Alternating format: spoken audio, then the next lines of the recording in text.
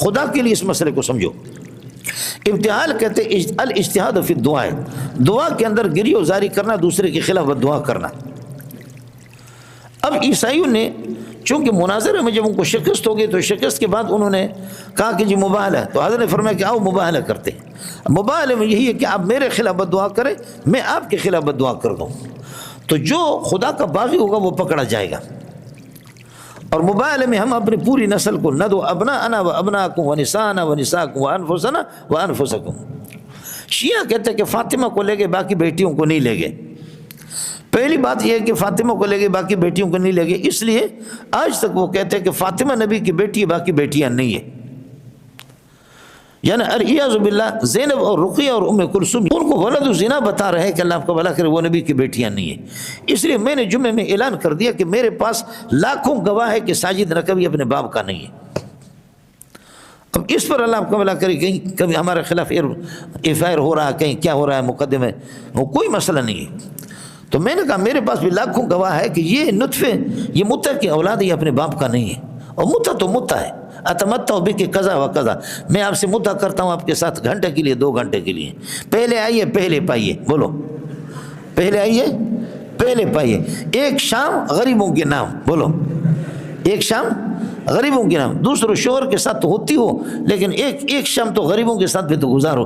سمجھ رہی میں؟ ایک نام ایک شام کیا ہے؟ غریبوں کے نام.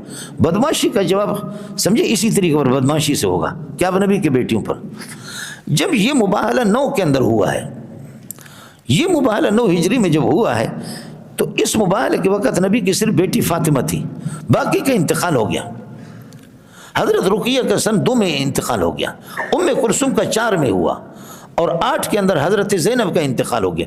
تو 3 بیٹیوں کا انتقال پہلے ہو چکا تھا، تو ان کو کیسے لائیں؟ آپ سمجھے نہیں سمجھے؟ ایک مسئلہ.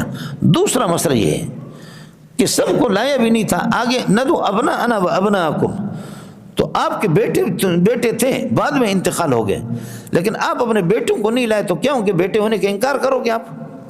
نبی کے اس وقت بیٹے موجود تھے کچھ، اور بعد میں پھر ان کا انتقال ہو گیا. سمجھے؟ بلوغیت تک نہیں پہنچے. تو جیسے کہ بیٹوں کو آپ صلی اللہ علیہ وسلم نہیں لے گئے، تو پھر بھی ان کے بنوت اور بیٹے ہونے کی نفی نہیں ہوتی. تو اگر کسی بیٹی کو نہیں لے گئے تو اس کی نفی کہاں ہوگی؟ آپ میری بات سمجھے؟ تو ایک تو مسئلہ یہ ہے کہ 2 کے اندر میں نے عرض کیا کہ حضرت رقیہ کا انتقال ہو گیا، ام کلثوم کا یہ کہ 4 کے اندر، اور حضرت زینب کا یہ کہ 8 کے اندر، اور یہ 9 کا واقعہ ہے، تو کیسے لے جائیں گے؟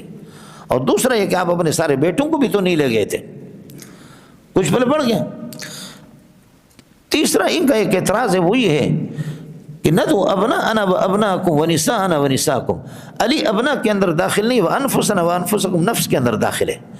علی جب نفس نبی ہے تو نبی کے وصال کے بعد پھر یہ کہ علی خلافت کا حق علی کو ہے. سمجھ رہی ہے کہ نہیں؟ جواب یہ ہے کہ حدیثیں آپ کی کتابیں بھی بھری ہوئی اور ہماری کتابیں بھی بھری ہوئی. حضرت حسن اور حسین نبی کے نواسے تھے، لیکن آپ نے فرمایا ان ابنی ھذا لعل اللہ یصلح به بین فئتین عظیمتین من المسلمین.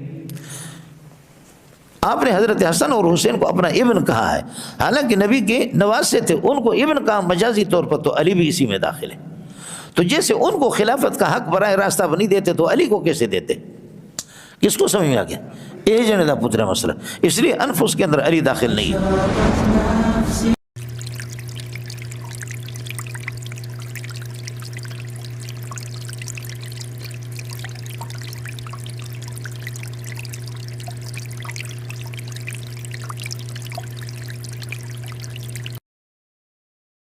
مزید ویڈیو دیکھنے کے لیے ہمارے چینل کو سبسکرائب کریں اور شیئر کریں.